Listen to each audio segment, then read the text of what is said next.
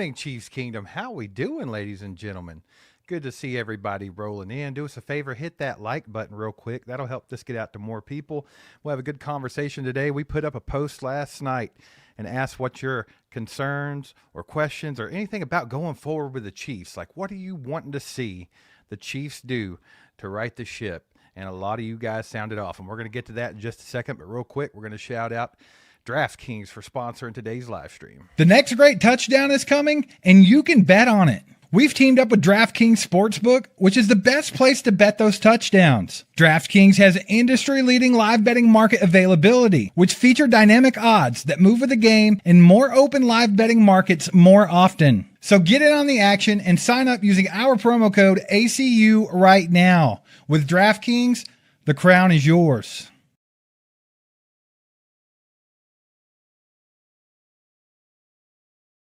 That's right, baby. Download that DraftKings app. Sign up using promo code ACU. Mike, the fans are very, very in unison about one thing in particular. And I think that's what we got to talk about first. Yeah. It's pretty easy to see. I'm talking like 80 comments last night, maybe 100 comments, and I bet you 75% said the same thing. And we'll roll some in here. I mean, I think you can see a theme. Here we go. Achilles. Draft Jeremiah Love. Next one up. J Love. The M Boys. J Love. Let's just keep going. Jeremiah Love all day. Hey, the only one I don't want Love is someone like, say, the Eagles gives us an absolute haul of picks. I'm taking the Eagles give us their first 26. I don't know what that means, but back down. Improve the D-line, draft Jeremiah Love. So, Steve, look, this is another one. Get better wide receivers, improve the D-line. That was probably your biggest three, was receiver, D-line, and then coaches. Switch the coaches out. That was another big one. But Jeremiah Love, everybody's fired up over Jeremiah Love. Are you fired up over a running back at essentially what could be a top 10 pick? Are you fired up over a running back in the top 10? So I think the consensus with everybody is that, like, the Chiefs have to get this guy. Like, that's going to fix everything. Have to get Jeremiah Love. He's a game-changing running back and just a guy that the Chiefs have to have, right? And, like, you asked the perfect question. Like, are the Chiefs really going to spend, potentially they might be picking at 10, 9, 11, somewhere in that range, right? Are they really going to spend that type of draft capital on a running back just 5 years removed from everyone throwing a fit that they drafted Clyde Edwards-Helaire at pick 29, 30, 31, something like that? You know what I'm saying? So it's like, do they do that? I'm not real sure. Am I excited about it? I don't know. I'm kind of just like neutral in this situation, It's like I've looked at Jeremiah Love a little bit last night, Mike. You know how I am. I never watch college football. I just start digging in at the end of the season. Well, last night, you even said it. We both started digging into draft stuff last night. We figured we'd go ahead and get a head start on it. I watched a lot of Jeremiah Love last night. Spent a lot of time watching his videos, dude. And I'll say this. I think what makes people so excited about Jeremiah Love is just the ridiculous 2025 season that he had. The fact that he's a home run threat. He's got that track speed. He's got extreme ball security. He's got some receiving upside. And I think he's a kind of a schematic fit, right? Like, I think he's really good. From what I watched last night, he's a master of that outside zone rushing scheme. And I think that, he can do the one cut and go type thing. Now there's some drawbacks, and we'll get to those in a minute. But I do think he's the best running back that I've seen so far. And I think that it makes sense if you watch him. That he could fit into this offense and improve the offense. But I just don't know if the value's there. He's definitely the top running back in this draft, but is the top running back in this draft worth a top 10 pick? Right. So, yeah, if you don't know about Jeremiah Love, Steve, I woke up this morning, I said, I'm getting a jump on the draft stuff, just like you said. I was like, today's the day. I said, who should I watch first? And then I went and read comments, and after 4,000 Jeremiah Love comments, I was like, I think the writing's on the wall.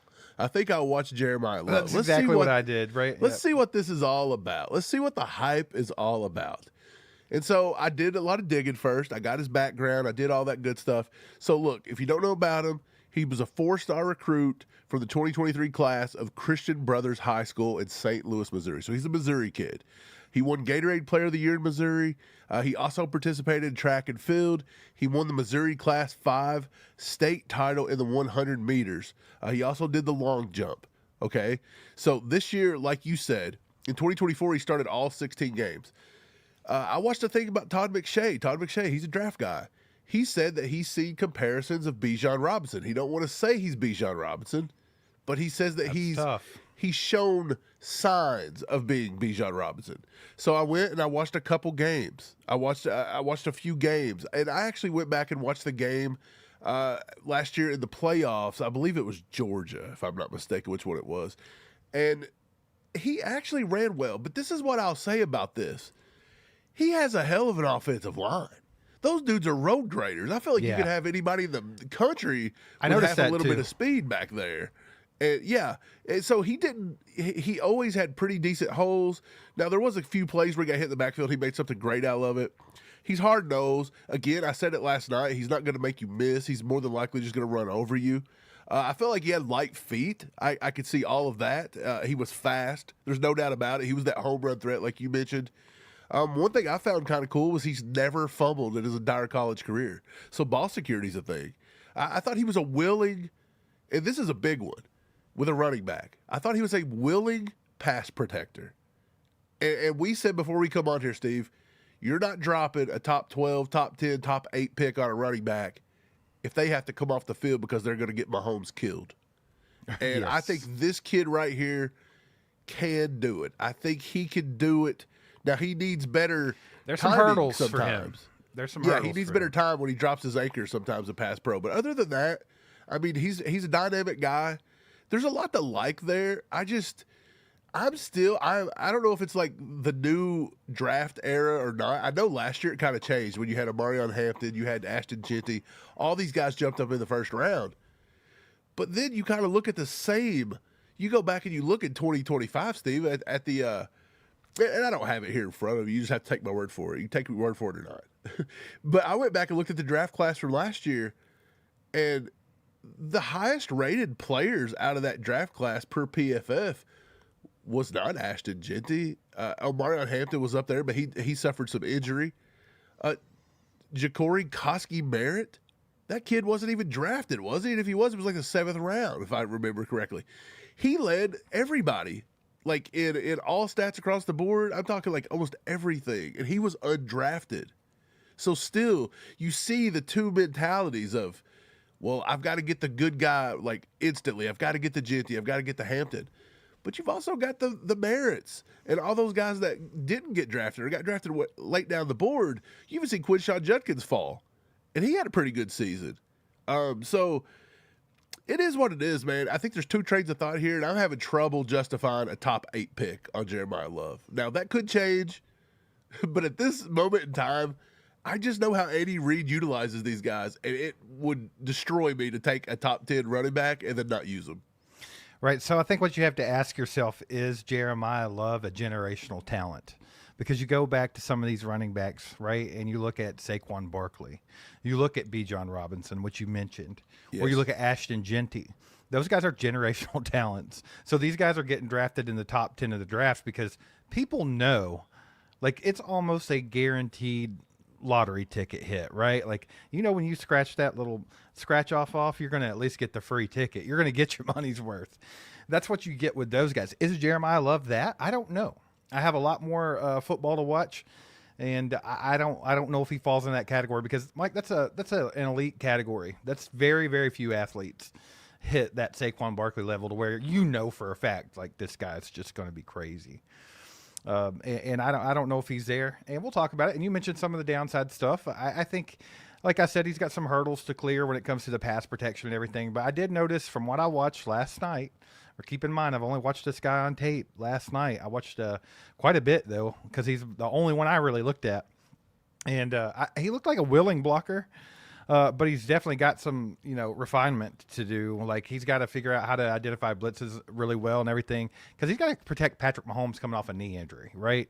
And you don't want a rookie running back in there who's missing blocks and could be a liability to Patrick Mahomes, because Right. that's not going to last long. And then he's going to go straight to the bench, and then you're going to have this first round draft pick that you spent a lot of draft capital on not even playing. And we do not want that. That's the last thing that you want to happen. So we'll talk more about Jeremiah Love here in just a little bit. Mike, let's get to the chat real quick. Can I pet that dog with the 2 bomb? Says, worthy for Metcalf plus a third since his money was voided. I don't know about this one, man. I'm sure there'll be some interesting trade scenarios coming up here soon. But worthy for Metcalf and a third. Mike, what would you consider that trade? I mean, it just depends on what you want. It don't feel like the Chiefs are interested in having that big X receiver. It just doesn't feel like they're interested in it. Like, would I take the trade? I would think about it. I don't really know. Depends on how much Metcalf is still interested in the game, different things. He kind of feels like I don't know it for sure, but like I just feel like sometimes he's just, I can't tell if he's like committed or not. Is that the right word? Yeah. I think I know what you mean. Are you talking about Metcalf? Yeah. I don't know. He's a bit of a wild card. I don't think he's as crazy as George Pickens, but I'm saying that after he punched a fan in the absolutely. face. Isn't Pickens going to be a free agent this season? He is.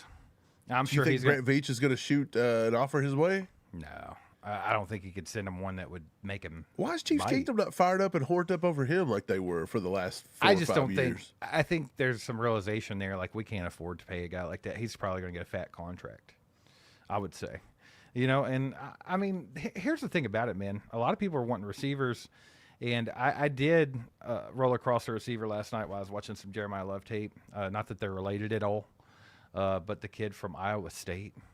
I saw some of his stuff last night. I can't think of his name right now, but he looked intriguing.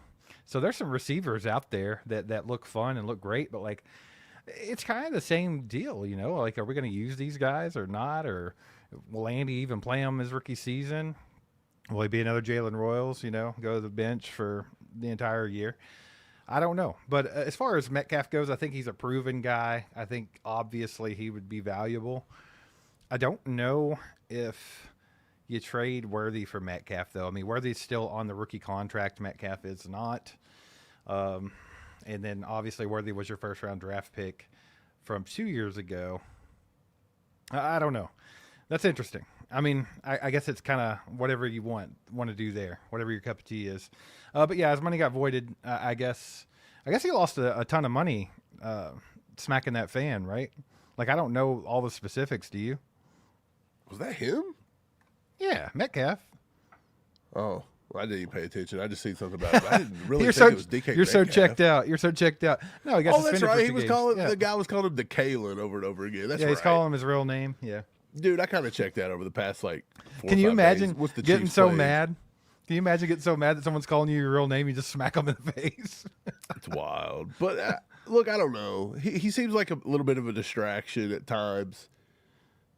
I probably wouldn't do it. A lot of people, like, it's become this big thing to like hate on Xavier Worthy all of a sudden because Yeah, I don't know he's about got a it. little bit of like, I don't think Can I Pet That Dog's hating, but no, I'm not saying he is, but I've seen it throughout Chiefs Kingdom. Everybody's like, oh, well, that was a bust. Worthy's never going to pan out. Like, yes, there's a little bit of spatial awareness there, I guess.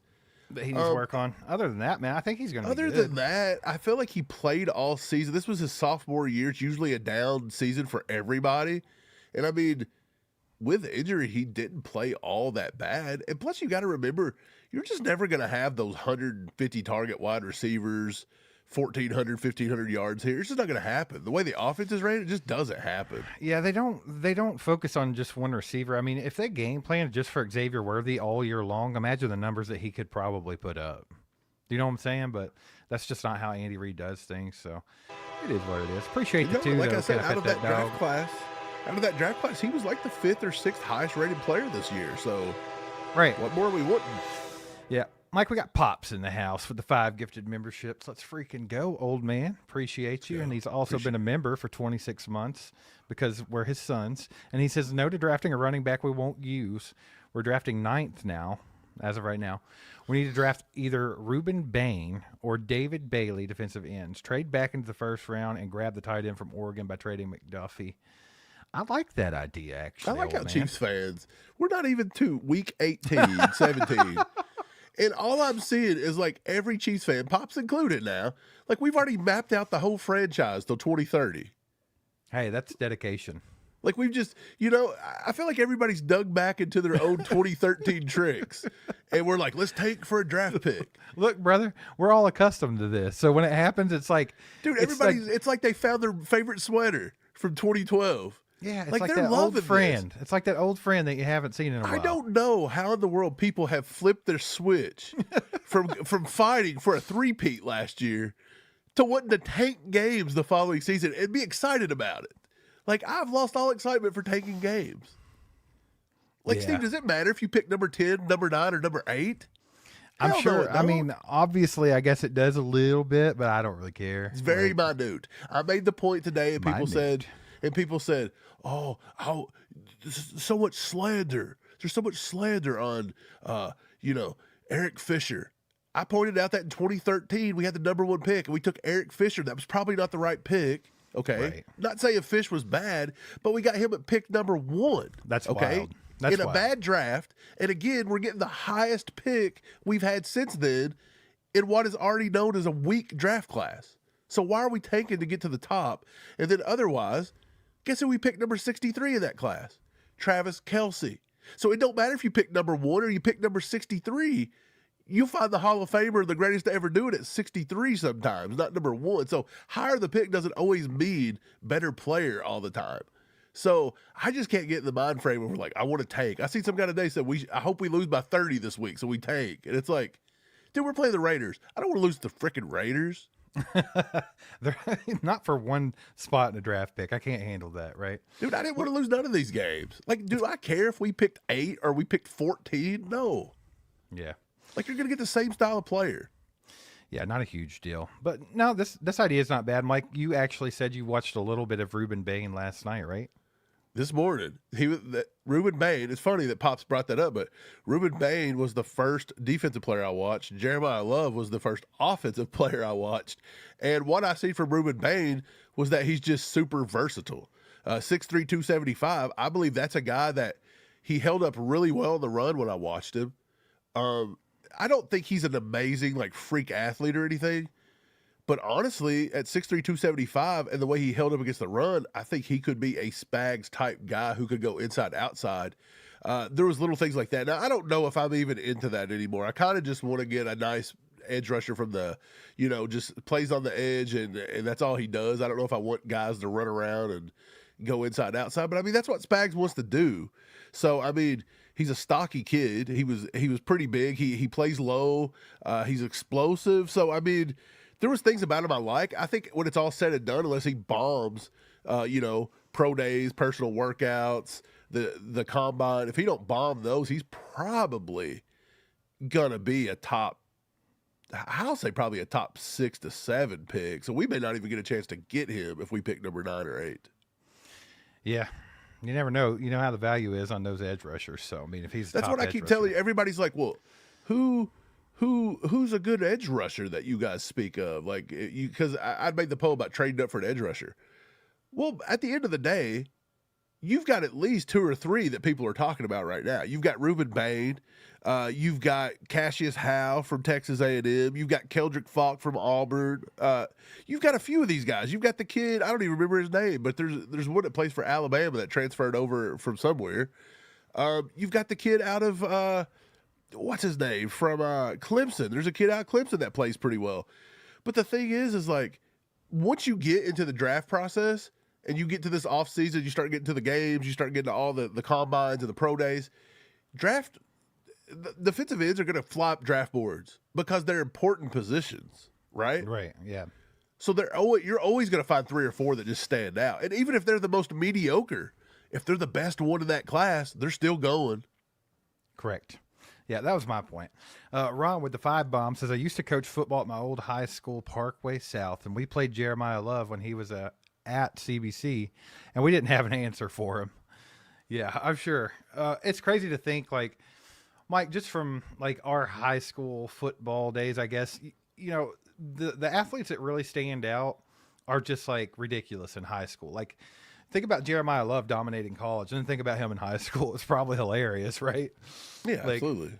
I think we had a kid that played running back at Apollo High School when we were in high school, and he never went to the NFL or anything, but I think he ended up playing in college as mainly a kick returner. But he was a running back there, and it was just like unfair how much of a better athlete this kid was than everybody else on the entire football field. So I mean, the gap with like players in high school are hilarious. So I can only imagine, Ron. I'm sure that was crazy. Yeah, I don't doubt that at all. I mean, there's tons. We've got like one of the best running backs in the country right now, sitting in. I want to say, I don't remember what school he goes to, but he goes somewhere in Louisville. That kid is really good. He's talking about getting like top offers and this and that. And I mean, every week he's, best, Right. Setting all highlights kinds of the of country, state best records things and here and stuff. there. And it's like, yeah, it's insane trying to stop these kids at that level, because you really do. You can differentiate the men from the boys pretty quick when they start hitting that old puberty age. And Well, that, some and you people think can't about catch like up. Kentucky high school football is different, obviously, than like you go to Texas or somewhere like that, right? Like there's a lot of teams around here that the people on the team didn't even try out. They signed up and they needed a whole team. You know what I'm saying? Absolutely. I don't know how Missouri high school football is. How is Missouri high school football? Is it like an elite kind of program? I know it's probably not like the Georgia, Texas, Ohio range, I wouldn't think. Well, Kentucky's But, a very top heavy, Kentucky's right? not. You got what is it? they're very top heavy in Kentucky. You have St. X Yeah. and Trinity. You And got St. X, Trinity, Mail and things like and that. like you have some really top tier schools that sometimes are in the top of the country, and then you got a bunch of just guys that signed up to play football and didn't even have to try out. Flapjack with the 5 bomb says, do you take Reggie Bush over Love? Yep, all day. Love's average. Reggie Bush. Hey, did Reggie Bush, Reginald. did he get his do what? Reginald. Did he Reginald get the Bush. Heisman? He got it back, right? I think they don't gave know. it to him finally. They were like, you know what? We're paying players now, so here, just take it. I have no idea. For real. I mean, what he I do? mean, honestly, he didn't do nothing. Appreciate the 5 Flapjack. Jay Kelsey, been a member for 27 months, says we need to draft D-line. So this was also a sentiment by a lot of fans last night wanting to draft D-line, Mike. And I don't know if you want to bring up any more of those comments there, if you even know what half of them say, but a lot of them brought up D-line. I think that's pretty important. That goes with the Jeremiah Love stuff there. Let's see, draft Love and D-line. So you see both in that comment. Same here. A lot of people on the same page. And here's Tyler Prince talking about pass rush. So he's more defense. This guy's straight defense. Then running back safety. Right. And then we got A88 or whatever here with a pass rush, defensive line from Chiefs fan. So this was a big one too. I would say Jeremiah Love was obviously the top concern. Like everybody wants him. And then it was D-line. Mike, I tend to lean more towards Jay and everybody else here. Like, I think that we got to figure out this defensive line. Now, running back, it'd be nice to have. Don't get me wrong. But it's just, we've talked about this till we're blue in the face. I don't know if it matters that much with Andy to have a top tier running back. I don't know if it matters that much with our scheme, how our offensive line blocks, the way we do. Does it really matter if we have the top tier running back? I don't know. It absolutely could change us completely, but it also could do nothing. So it's kind of volatile, right? D-line we have to have. Like, we know for a fact this has been a weakness all year. Now, it'd be nice to have Omar Norman Lott back and see if he can get back in the groove and do what we think he can do. It's going to be nice to see if they actually use Ashton Gelati more on the edge over there, because I think he was fantastic this year in his rookie season. If he could have got more chances, I think he could have been even better. And obviously, I hope they don't keep Mike Dana around and Charles O'Menahue and some of those guys. Maybe we can get somebody in free agency, get somebody proven a little bit, maybe.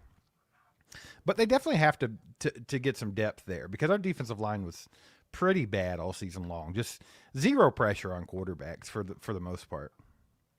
Yeah, I've been saying this for years. The defensive line is atrocious. You've got to cut ties with the Tilleries, and I think it's time we step away from the Pinnells of the world and, just all the guys. I don't even want to mention the other one that we went and give up draft picks for. Like, I'm just not doing it. I'm not talking about Noddy today. I don't want to talk about none of these Noddy, idiots. you're going to talk about it. I'm over it. Charles Omenihu's got to go.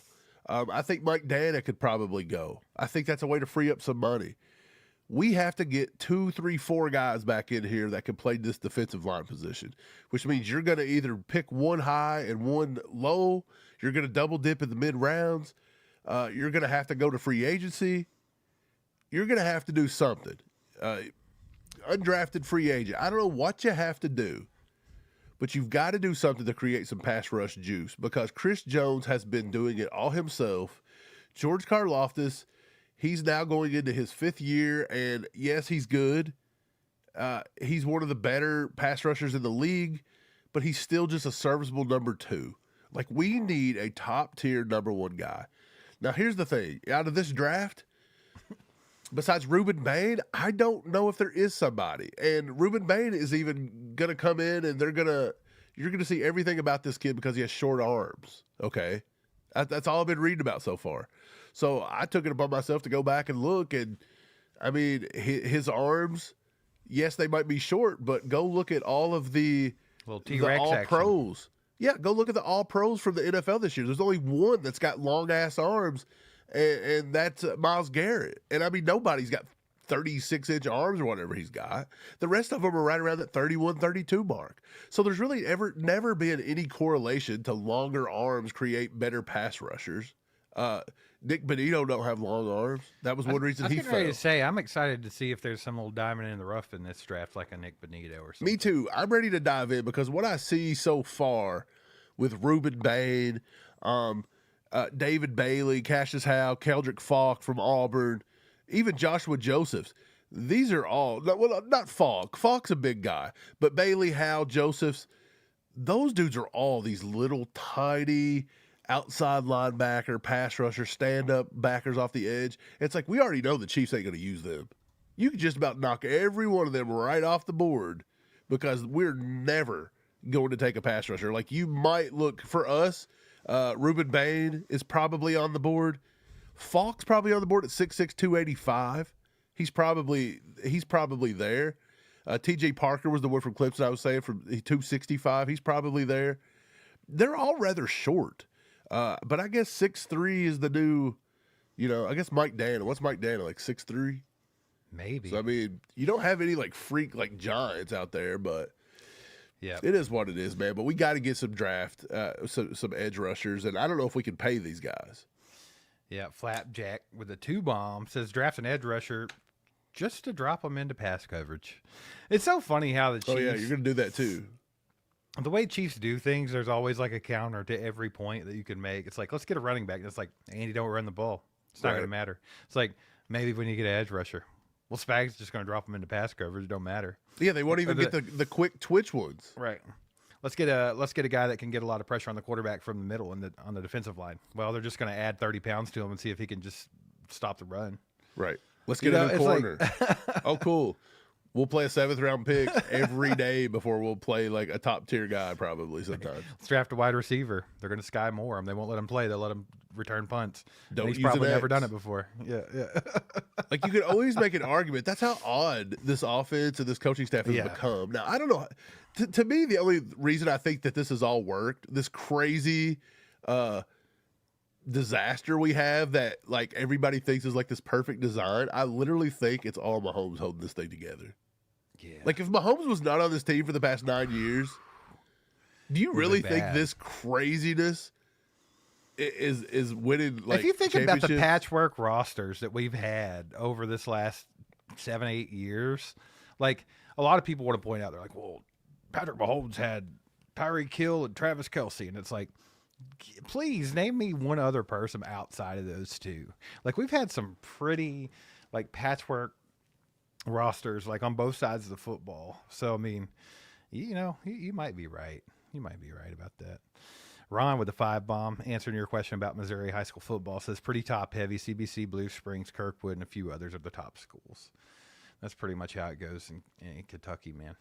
Appreciate your Ron. Jacob with a 10 bomb says QB free agency options: Flacco, Wilson, Malik, Jimmy G, Mariota. Bridge at beginning of the season. Tight end free agency sucks. Wide receiver free agency is full of old wide receivers. Pickens might be the only option, but attitude issues. Yeah, so man, I've been hammering in. I think that Brett Veach has to do a better job in free agency. I feel like that's where he's really dropped the ball as GM. The best signings we've probably ever had are Tyrann Mathieu, and you could say Justin Reed's probably right in behind that. But I mean, he hasn't really hit on any free agents. Doesn't really sign anybody exciting ever, or anyone that's going to move the needle. It's just very blah in free agency, and I think we got to get out of that. Now, is this a free agency class to do that with? I don't know, but do we need a bridge quarterback, Mike? Do you think we need to go out and get somebody in case Mahomes can't play, say, 4 to 6 games? Well, that's what we had talked about seeing Gardner Minshew do. He got injured. So now everybody's pretty sold on Oladoka. I don't know how you can watch those Oladoka games and act like that dude. You're not going to win any games at the beginning of next season. That would make you super pumped for it. It is so weird how we watch literally shoddy football from this guy. And, like, the reason Oladoka looked halfway decent is because the play calling sucks so bad that you have to have that kind of playmaker mobile quarterback to do it. Well, now, that on top of the fact that they bring him back.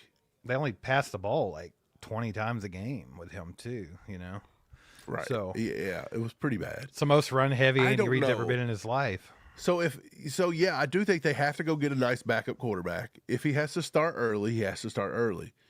We actually had a video about this where we talked about it. We don't think Flacco, none of those guys are going to be it.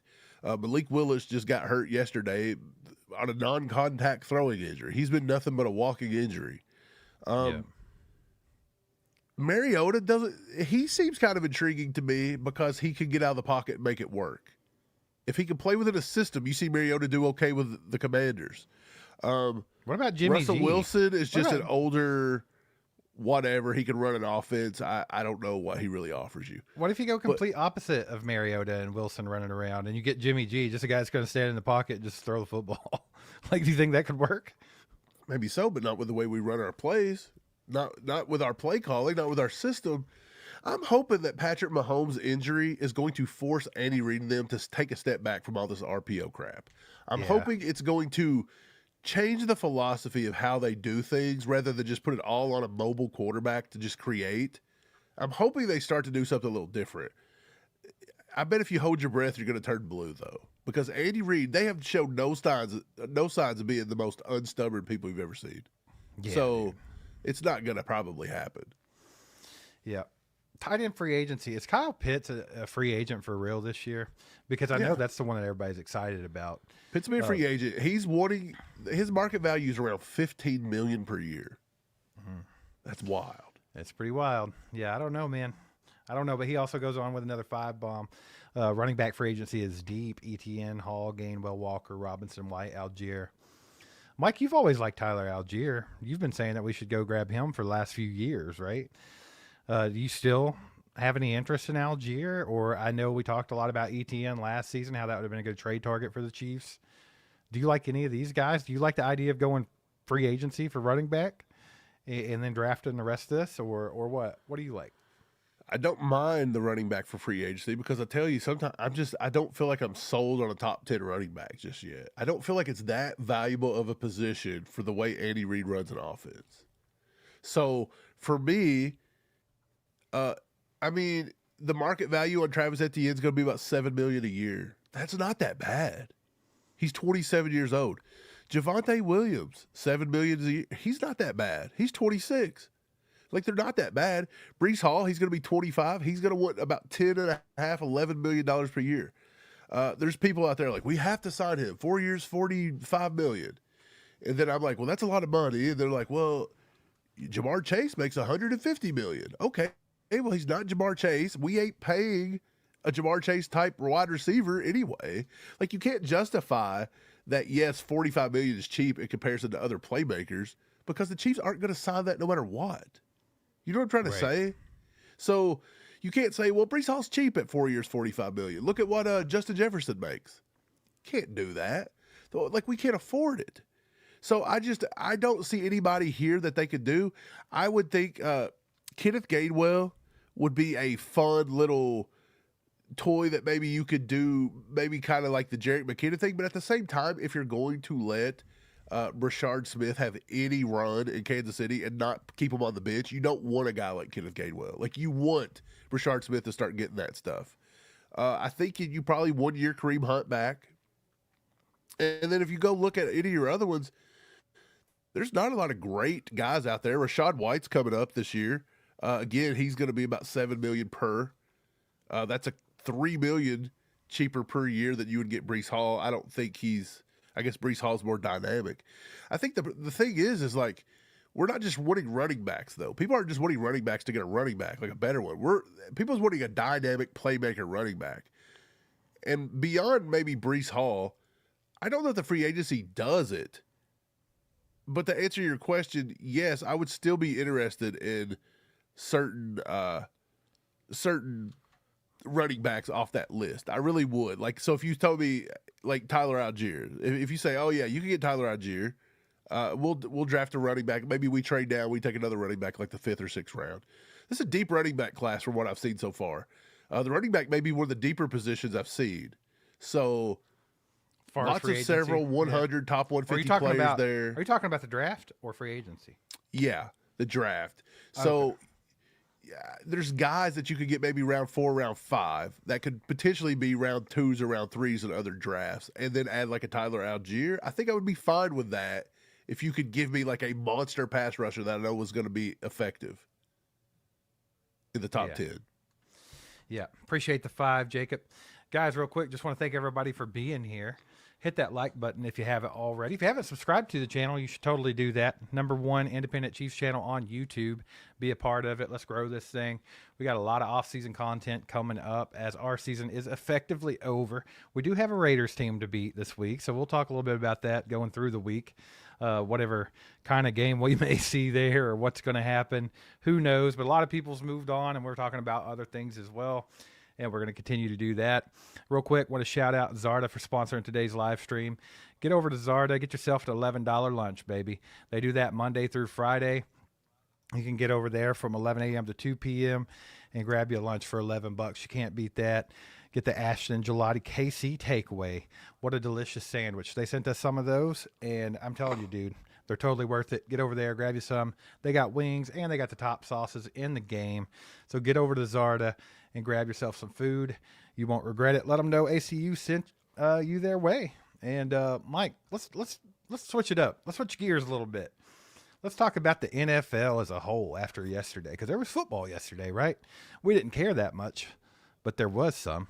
Anyway, coming up, dude, AFC North title is on the line this coming week. The Baltimore Ravens versus the Pittsburgh Steelers. So after the Steelers lost that game yesterday, Mike, you said way back when the Baltimore Ravens were still struggling bad, like right after the Chiefs beat them, and in the weeks coming up after that, you were like, they're still going to win that division. Do you remember saying that? Yeah. So you might be right. Do you think they can get out there and get the job done against Pittsburgh this weekend? No, they're absolutely going to be Pittsburgh. Let's go. I don't think Pittsburgh's a good team. I think Aaron Rodgers is just old. I don't see any magic there on the offense. If they'll commit to Derrick Henry, I think that they'll beat them. So I do think the Ravens win that game. They should. Right. Speaking of Derrick Henry, Mike, the King made history by becoming the first player to record 4 rushing touchdowns in a single game for 2 different franchises, the Titans and now the Ravens. So shout out the King, Derrick Henry. What a beast, brother. NFC South title is on the line this coming weekend. The Carolina Panthers and Tampa Bay Buccaneers are set for a Saturday afternoon clash. The winner hosts a playoff game. The loser is eliminated. Man, how wild is that? The Panthers are 8-8, and the Tampa Bay Buccaneers are 7-9, and they're battling it out for a playoff spot. Yeah, Dang. the NFC. It's crazy that they're so top heavy.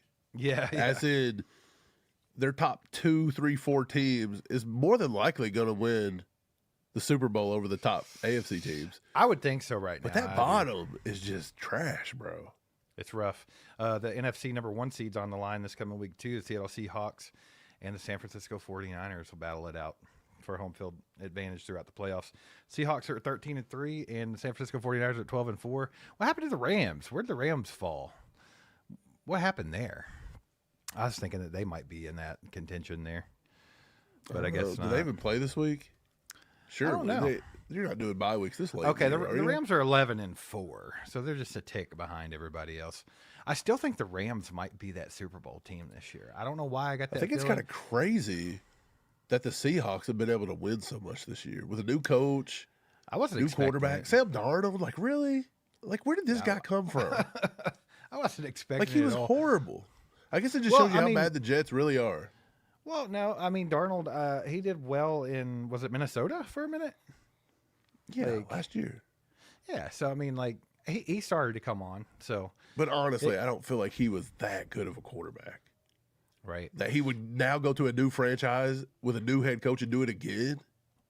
yeah, I feel like he's just found like a perfect little system there. pretty wild, man. Shout out Mike Evans. Despite a Bucs loss, Evans became only the 10th player in NFL history to surpass 13,000 receiving yards and 100 touchdowns, joining an elite group of Hall of Famers. So shout out Mike Evans. He's a beast. Everybody knows that. Tyler Shaw, Mike, the old Louisville Cardinal. He's back in the talks for Offensive Rookie of the Year after leading a dazzling 34-26 comeback win over the Titans yesterday. What about Tyler Shaw, man? Everybody thought he was good. Oh, he stinks. He's awful. And then you had some people just, kind of overvalued him, I guess, the way the Saints did. Do you like Tyler Shaw? Do you think he's going to be something in the NFL? Or do you think he's just going to have a little flash in the pan moment? I don't know. I mean, I'm not 100% sure off the top of my head, but I think I had him as the number 2 or number 3 quarterback coming out of that class. I don't know why. There was just something on film that I seen that I was like, this dude could translate to the NFL. Put in He the right made situation. some crazy throws in college, dude. Like, I've seen him make some throws that I don't know if, the only people that I've seen make those kind of throws is probably like Aaron Rodgers and Mahomes. And he made some Right. crazy throws like that in college. So, I mean, he's got the tools, I guess. We'll see how that works out for him. The Saints trying to pull it He back was my together number over there, 3 though. quarterback last year. Okay. That makes sense. But yeah, the Saints trying to pull something together over there in New Orleans, man. Shout out our boy Jay Reed. He's been balling too. Mike, coaching hot seats. The Black Monday's looming. Pete Carroll. That one's been brought up. Do you think the Raiders will get rid of Pete Carroll? After 1 year? I don't see it. And they're going to have the number 1 overall pick. And I think that they're actually doing a tank job. I really think they're trying to tank. They've put Max Crosby on IR. They put half the team on IR. Yeah, same way the Chiefs have, right? Like, they're Right, following but the same if formula. we were 100% trying to tank, I think you'd have seen Xavier Worthy shut it down already. You'd have seen a lot of these guys shut it down. Yeah, true. Matt Ryan, reports indicate Matty Ice is seriously considering a significant front office role with the Falcons. That comes as their current GM, Terry Fontenot, and head coach Raheem Morris face mounting pressure after an 8th straight losing season. What about Matt Ryan in a management role, a front office role? I mean, he Can was the dude find a good quarterback to come in there? I mean, I don't think Michael Penix is it. They way overpaid Kirk Cousins. Like, yeah, absolutely, would that be a good quarterback to bridge the gap? yes, Kirk Cousins? oh yeah. He's not mobile though, so you think he would struggle with our offense? Because I'm telling you, I don't know. if you don't have some mobility in this Andy Reid offense, these routes and stuff are getting these quarterbacks killed. Well, that's fine, but I think you get some guy in there like a Kirk Cousins who's done this for a long time. You And can't it's like, afford to pay Kirk Cousins to back up. exactly. But I mean, if you 3 had a guy weeks. like that in there that is a pocket passer, I think they expose at least a little bit of what Andy's doing. He might have to tweak it. I don't know. Maybe. Has there ever been a more valuable person in the history of football, from the front office to agents to anything, better than Kirk Cousins' agent? Kirk O'Chain. He secured that dude so much money for just being so average. Hey, don't you call him average? He's a genius, brother. You like that? You like that? Mike, something Chiefs Kingdom has been talking about. Mike McDaniels. Despite a win over Tampa Bay, McDaniels' future remains a topic of debate in Miami as the team teeters on the edge of a coaching transition. Mike McDaniels. Mike, we've talked about that just a little bit, and I think we've both kind of decided, he's from that Shanarat coaching tree there, and I think that he understands probably a lot of Andy Reid's offense because they are similar, but there's definitely some tweaks and some differences to it, and that could actually be a good thing for the Chiefs. So, him as an OC in KC, I don't know if that's very, plausible, but I feel like that I wouldn't be mad at it. No, the likelihood's like slim to none, but I would like it. I think he could offer some wrinkles into the Andy system that modernizes it a little bit. And I think that's what you need. I'm not telling Andy to scrap it and start over. We actually had a comment today. I don't even know where it was. It was one of them that we brought up, but said that they wanted the Chiefs to be a run-first offense. Look, I understand the sentiment that we need to run the ball more, and the too high safety shell look has caused all this stuff, and it's forcing teams to run the ball, and Andy just don't want to do it. Right. But I don't think we're ever going to see a Patrick Mahomes team be a run-first offense. I don't either. One more thing to talk about. The Bills are relegated to the wild card as the New England Patriots win the AFC East title. So, man, let's just talk about this for like 2 seconds. I want to get back to the chat, but just the overall AFC picture. You're going to have, the Broncos in there, the Patriots, of course, Buffalo, and like there's some teams in there. Like I feel like I don't want them to do anything. Like those are the types of teams I don't want to win for the sheer fact that their fans are the most annoying people on the planet. So it's like, who do you think's coming out of the AFC, and who do you think could potentially win a Super Bowl out of those AFC teams? Because you just mentioned earlier, I think the NFC has the upper hand this season. I'm kind of like, it's funny because I've been saying Rams, and I think that that Sean McVay can do it, but I see Shanahan sneaking in there with the 49ers right now too, dude. It could maybe be their year finally without Patrick Mahomes there. Possibly. Look, the AFC, in my opinion, I mean, who's the two top seeds? The Broncos and the Patriots. Yep. Both of those two teams, man, I feel like they're fraud. They're borderline frauds. Yeah. Now look, they've put up points in a lot of games, but again, they're beating the Jets over and over again. Denver barely squeaks by our third string team, and Chris Jones basically throws the game at the end of it. I don't know. New England literally has the most cupcake schedule in all of football, and maybe in the history of football. I think Denver's one of the top 5 worst strength of schedules this year too. It's just that Denver team is two front runners up there. The Denver team's all defense, brother. I'm telling you, their offense is not good enough to win a Super Bowl. It's just not. Can their defense carry them? Potentially. The Patriots, you don't want the Patriots to win the Super Bowl because, first of all, I don't think they will because, like you said, their strength of schedule was trash. I think they're going to get smacked in the mouth by an actual good football team. And although they did beat the Bills, once, so, I mean, maybe they can compete with these better teams. I don't know. But then again, the Bills have their own issues. But, like, it's just wild to me that right. It's just the Pats will have those guys come out of the Patriots- woodwork talking about, our dynasty and all that crap. You don't want to hear that. Right. No, but it's just wild to me that you got the Patriots, you've got Denver, you've got the Chargers, you've got Buffalo. Every one of them are in the bottom 10, 11, 12 in strength of schedule. Like everybody in the AFC's just basically had a walk, and they're barely struggling to get in. Yeah. Like Denver basically one score game everything.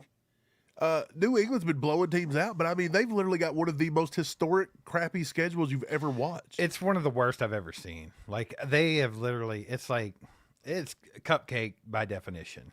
It's pretty And again, bad. everybody was so ready to write the Chiefs off. Look at all of our injuries we've dealt with. Look at all the weird stuff. And we had the 10th hardest strength of schedule, and we were losing everything by one score on the back of Patrick Mahomes. I don't know if the Chiefs are that far off, and people's ready to write their obituary already, and I just don't know about it. Yep. Mike, I think you said before you'd like to see the Jags get in there, maybe, because I mean the only other option really is probably the Texans, but the Texans are kind of like the Broncos; they're straight defense. The Jacksonville Chargers played the third hardest schedule this year. To me, they are battle tested. They've got a good Right. defense. If Trevor Lawrence could not turn the ball over and make good plays throughout the playoffs, that team's got a real chance of going. I the could Super see Bowl. I could see a Jaguars 49ers or a Jaguars Rams Super Bowl maybe. That'd be kind of cool. That'd be cool. I could deal with that. You know, the best it can get without the Chiefs being in there because the Broncos fans, Mike, let's talk about that for 2 seconds. These dudes have come out of the woodwork after being slaughtered for over a decade, and they're talking so much trash. Like, it is the craziest stuff I've ever seen. Like, I remember now why the Broncos and their fans are so hated. Like, they're dumb as rocks, brother. Dude, they think Bo Nix is worth something. Yeah, dude. It's just wild He's watching historic, these guys talk right? about football. That he's had the best stats after 2 years of any quarterback ever, apparently. Also, I was proven right again. So over the weekend, every single game, if you go on X, every single game, there was at least 40 calls where the NFL is fixing it for one of the teams. And the Chiefs didn't play a single game over the weekend. Right. Okay. So it doesn't matter what. We've just got to a point where everybody in the world is just a baby, and they're always going to blame the refs. So, like, I'm glad the refs took it out on the Chiefs this year to try to stop that narrative, but you waited way too long to do it. Yeah, dude, it's out of control. Everybody, that's all they talk about. And And that's dude, all they ever will talk about. Dude, it'll be 25 years from now. We won't even be on this earth anymore, and there'll still be people being like, Chiefs get the refs cheap for them. Like, Yeah, it's never gonna it's quit. that in there. Yeah, yeah. It's not going away. I will say that the Broncos are now hands down the biggest rival for the Chiefs. Like, the Raiders are into oblivion. Right? Like, I think that's pretty obvious. I've always been a Broncos hater. I've You always hate hated the them more Broncos than the anything. most. Yep. Now I think everyone can agree. I think the Broncos have to be the most hated. So they win. I've just never considered the Raiders that big of a deal because they've always sucked. Yeah, they've just been bad. Like, yeah, there was a few good years they had back in the early 2000s, but they've literally been trash for over 20 years. Let's get to this 5-bomb by our boy Jacob. He says, watching Bears and 49ers offensive plays last night, I was wishing KC would operate like that. Dude, I'm telling you, like, that's kind of like we were talking about Mike McDaniel a minute ago. Shanahan's offense is good. Like, it just is. Like, we can hate the Shanahans all we want, obviously, because, you know, the donkeys. We were just talking about that. But, like, Kyle Shanahan has this knack for choking. I don't know what it is. I don't know why. Maybe it's just bad luck. But if you go back, you look when he was an OC at the Falcons and they were up 28-3 in the Super Bowl and lost. The head coach of the 49ers when Patrick Mahomes and the Chiefs came back and beat him in the Super Bowl. He just has a knack for choking. But, I mean, overall. Every time he's in the Super Bowl, he's played against arguably the greatest quarterbacks to ever play the game. That's true, too. That's why. That's true, the dude too. has bad luck at who he's played in the Super Bowl. That's true too. But no, his offense is good. You have to give credit where credit's due. And I like what he does with the offense with the 49ers. And it doesn't, and if you really think about it, the way that they kind of use Kittle very heavily there for a while, they don't do it as much as they used to. The one thing, the main difference between a Shanahan ran offense and an Andy Reid ran offense, because they're very similar, is they are super running back heavy. Like, they'll run the football.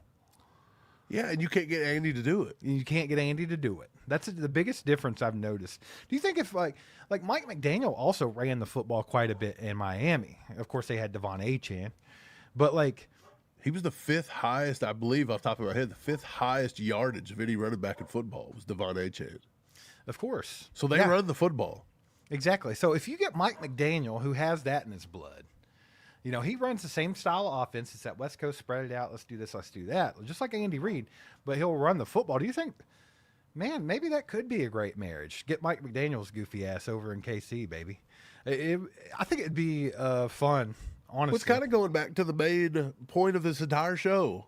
People wanted Jeremiah Love. They want somebody that could do that. I just don't know if Andy is committed to doing it. Now, if you put Jeremiah Love with Christian McCaffrey in them, oh, yeah. look what he would do. But in Kansas City, I don't know if you're going to be able to be that effective off 10, 12 carries, most of them coming out of shotgun on 2nd and 10. Right. Yep. We got a 5-bomb from Chief Grief. Says the NFL parity scheduling by record is like the SEC playing middle schools in December to bolster their CFP chances. Finally showed up this year. Yeah, no, for real. The way they do that is very strange. And it did show up this year because, I mean, obviously we've seen that year after year with the Chiefs through this ridiculous run the Chiefs have been on. Every season we have one of the worst schedules. It's like every season we have the discussion like, dude, this is brutal. Like, why are we playing, such a ridiculous schedule up front? Why are we having a bye week in week 4 and then playing 6 of the best teams from last season in a row? Like, so we've seen the way that they try to make parity in the league, and this year it did finally hit. You were 100% right about that, Chief Grief. It showed up big time. You saw the Patriots flip. You saw who else? The Broncos even benefited from it. Isn't this why, though, there's always, every single season, it seems like there's a worst to first? But there's in not. one of the divisions, usually. there's always that complete flip. It's not been that way in a while, though, because the Chiefs have just been kind of owning the AFC, right? And then, of course, like the only people that are ever there with them usually was the Ravens and the Bills. Sometimes you would see the Texans sneak into the playoffs or the Jags sneak into the playoffs, but, like, it really flipped this season. It really flipped.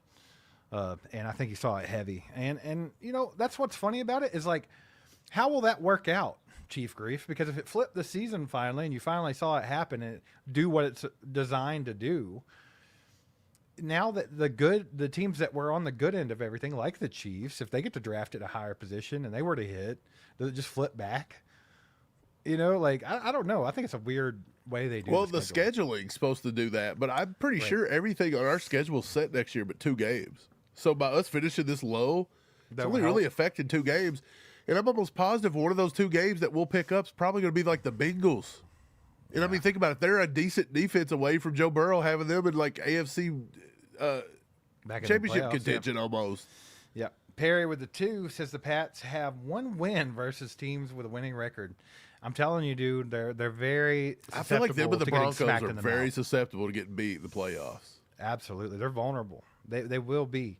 Now, the Broncos, the Pats have a tough defense too, but the Broncos just have a killer defense. So, I mean, if you can get somebody to just put up a decent amount of points, I think you can get them out of the playoffs pretty quick.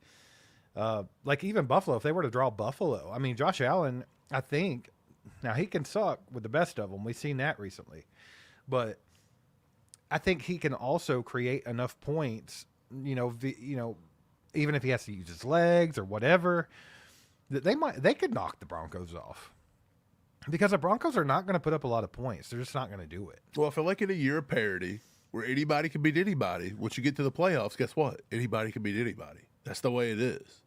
Yeah, true. So, and in years past, it's not always looked like that. Like you see the Chiefs go and just roll over like the 7 seeds and the 6 seeds. And it's not even been close. It's going to be a tough one to call, man. But real quick, guys, if you just came in late, we talked a lot about Jeremiah Love earlier.